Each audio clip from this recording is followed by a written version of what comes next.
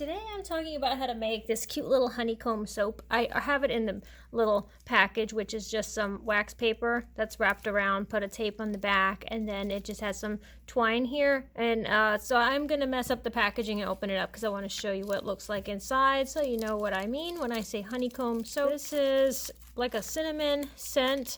It smells really strong. It smells like a holiday type of scent. You know, like a cinnamon candle or something like that. It's like apple pie scent. So it smells really good. I love this for just an air freshener, just to set it out somewhere because it smells so strong. It's only a few drops of the scent. But this is a little honeycomb look on there. And it's shaped a little bit tapered like that, so the sides are not perfectly straight. I think this looks best as a round soap, but some people will make them as a square. And you use molds like these so you can get a little... This one was on a strip, actually. This had 4 or 5 of them in a row, and you could tell by this little jagged edge here that it was actually cut apart, so that when we're using them here at our studio, and maybe we have, like, you know, a class of 4 or 5 people, then they can all share the mold and they don't have to fight for it. And then this is another one. This is a different type. If you want more of a flatter rectangle, something like this. And these are nice because they're, you know, they're flexible. So you can pop the soap out easily and they wash very easily. But there's other things that you can use without having to buy soap molds, and that's what this video is about. I want to show you a cheap way to make a mold that can give you the same kind of a look as something like this without having to buy these. So of course you can use a muffin tin. This one came from the Dollar Tree. You can use something like this, although when you go to get your soap out of it, sometimes it can stick along the edge, so you have to be really careful and use something thin like a little butter knife or like one of these cake spatulas to just sort of scrape along the edge. And sometimes you can't help but mess up the edge of your soap, and you'll see where you kind of dug into it a little bit as you were getting it out. As you can tell in this one, there is no sign of that. There is no messed up edges here, and you can tell that this is all just one solid piece. And it's nice and flat on the other side. Some people will come along and just slice off that extra little edge there so you don't see this, if that bothers you. It doesn't bother me, so I didn't do anything there, but it's flat enough that it'll sit on its bottom. If you're going to use it as soap, it's going to get messed up anyhow when you wash it and then water hits it. But that is one option. You can use muffin tins, and of course, because it's soap, it doesn't matter. It's not like you're putting chemicals in here or anything that's unnatural. You're putting something in here that can wash right out. So even if they're the muffin tins you bake with, that's totally fine. When I made this honeycomb soap, I didn't want to use a muffin tin because I wanted to make several of them. So I was doing a class and I needed to be able to have people share the molds and move them around. And obviously I can't cut this up like I could the silicone mold, like this one could cut so easily, but I wasn't able to cut these or separate them into pieces. So in a pinch, I look around and see what do I have here at the studio that I can use without having to go out and buy things, without having to go and order Amazon Prime so it can come next day. I had these Halloween cups. They're just paper cups. And I said, well, wait a second. Bottom of this cup looks a lot like the well of this muffin tin. A little bit smaller, a little more narrow, but I think it could work. So I cut it down.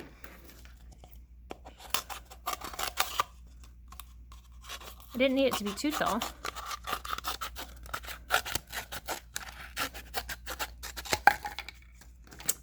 Then I had the shape I needed. So then all I had to do was find a way to make the honeycomb pattern, the little holes in there. And of course, I don't know what other people use, but that does look just like bubble wrap to me. And I have a whole bunch of this stuff. I actually save it all the time. I don't know why, but I just have a feeling that there's going to be a lot of craft projects and things that I can do with it. I have done some different painting projects with it. It kind of makes a nice effect for a stamp in the background of a painting, but that's another project for another day. I took the bottom of the cup, I cut around to get it the right size. Of course, you lose some of the bubbles as you're going around because you're cutting through them, and so once you cut through them, they don't have any air to hold the shape anymore, but that's okay. Got the ones in the middle. All right, cut around, and then I had my circle shape. So I experimented a few times. I found that the first time I did this, I messed up. I put it in the bottom, and I thought the weight of the soap, once I poured hot glycerin into it, this stuff here, I thought that once I poured that into it, it would sort of hold this down and it wasn't going to go anywhere. And then I just imagined that once it was cool, I could tear the cup away and then pull it off, and I would have this little piece of plastic sitting at the top that I would just pull right off and throw in the trash. But I was wrong. Once I poured the hot glycerin into it, it got underneath the piece of bubble wrap, and the bubble wrap was lighter than the glycerin, of course, because of the air inside the bubbles, and so it floated to the top in a funky way, and it dried sort of like half in the soap, half out of the soap. Definitely did not look like a honeycomb when I was done, but not to worry, because you can just pull out the plastic and melt the soap down and just try it again. So we had to do that a couple more times. But what I'm going to do to prevent that from happening is on the smooth side, that's the bubble side, that's the smooth side, I'm going to use these glue dots. They're like really sticky rubber cement dots, and so I'm just going to put some around, kind of like if this thing had 4 corners. I know it's round, so round things don't have corners, but just sort of on all the little sections that are going to make contact with the cup. So there, and let's put one more right here. These things are really great for kids' crafts. They're actually made for scrapbooking, and so you find them in the scrapbooking section. They're different sizes of them. They have them in strips, and then they have them in the round shapes like this. But they're really good for non-messy glue projects with kids. So gluing on wiggly eyes or pom-pom noses and that kind of thing. It just makes an instant bond, so you don't have to mess with the glue drying and wait for all of that. And of course it's non-messy. Just don't get them stuck to your floor because they're hard to peel up. So now I have stickies on the back. You can't see them, but they're there. And now I can just carefully put this where I want it. This whole thing is trash anyways. This isn't a mold I'm going to reuse or anything, so it doesn't have to be pretty. And then this will be ready to pour the hot glycerin soap into it. So we'll set that aside. Now, what do you do with the glycerin? So push all this stuff out of the way. I'm going to use this to cut the glycerin. It comes in blocks like this. For a soap like this, you don't want to use white glycerin because you want to kind of be able to see through it, imagining it's honey. So I use the clear glycerin for that. Of course, once I put the coloring into it, it kind of took away some of the clear part. But anyhow, this is a clear glycerin. It's already made. It's not anything that you have to mix together. It's already what you want it to be. All you do to this is add your scent, your spice, whatever, and your coloring, and then that's how you work with these. And you pour them into molds. They're very liquid. They don't take very long at all to melt. You can just microwave them. I've seen people put them on the stove top in a pan, or even buy special pans that you can use just to melt soap. Not necessary. Remember, this is something you'd wash your hands with, so it's totally fine to put into anything that you use with food, anything you use in the kitchen. If you are going to use a pot, that's okay. You can melt it in a pot if you're making a lot of this stuff and you don't want to keep microwaving different batches. You want to be able to keep it on the heat source, that's fine, but don't go out and buy a special pot that's made just for soap making. All you need is just whatever you use in your kitchen, that's fine. So you can pop it out of the mold if you want, or you can leave it in, just kind of loosen it a little bit, which is what I'm doing, and then cut yourself a piece that is about as big as you want it to be inside your mold. So I will just cut along. It cuts like cold butter. It's pretty easy to cut. Sometimes when I'm doing a class with the kids, they really love to cut this stuff, so sometimes I'll just cut a big chunk and give it to them and let them chop it up, and that'll be the soap that they melt because they enjoy just chopping it up. So it's kind of fun for them to do that. And if you give them something like this, a butter knife or something like this, they can't cut themselves. It's not sharp. All right, so just get that free. Pop it up. All right. And it does help to melt it if you chop it up. You don't have to chop it too small, but you know, cut this into some smaller chunks, and then you can microwave it. So I'll throw these into a just this little measuring cup, whatever, something tall, because in the microwave this stuff will bubble up so much, your soap will be down here and the bubbles will be up to the top. It's crazy. So throw them in there, And then microwave this thing for like 20 seconds, shake it out, check it. It's still got some lumps in there. Do another 10 seconds and 10 seconds until it looks like it's all liquid. And then you have a little bit of time before it starts to form a bit of a film on top. So stick this in the microwave and then we'll be right back. Okay, there it is. It's melted, it's hot. It did bubble up pretty high, and then I'll just let it settle back down. So I'm going to add in some coloring and the scent. This is a scent that I use. I think this came from a health food store somewhere.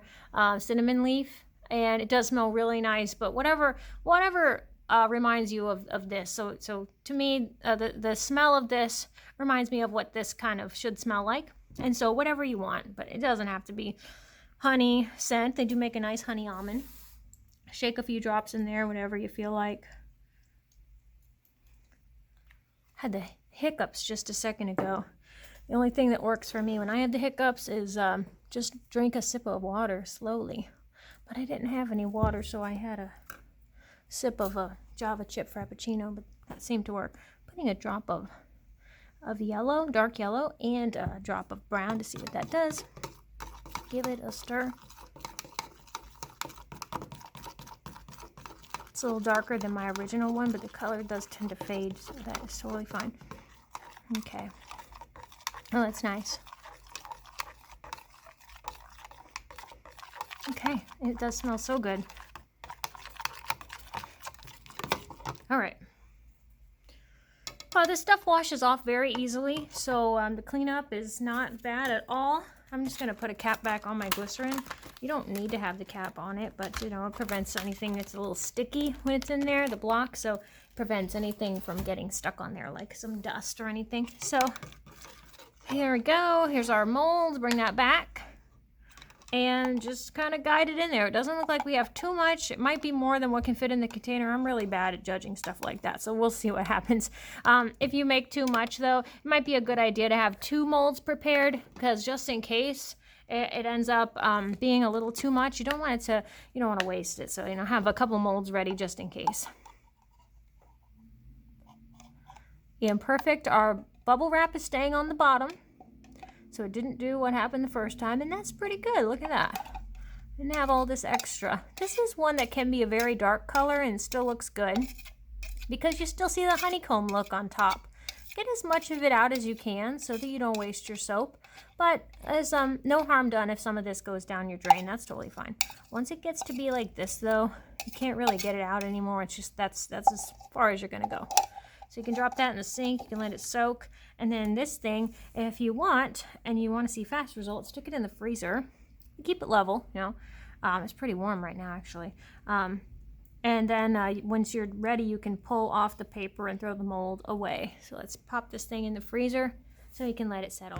All right, he's out of the freezer. I was testing him out a little bit, but I'm just going to start to pull this paper off. Remember, this is just a paper cup. This was a Halloween cup. I don't need these anymore. Just something cheap that you don't mind having to rip up and throw away.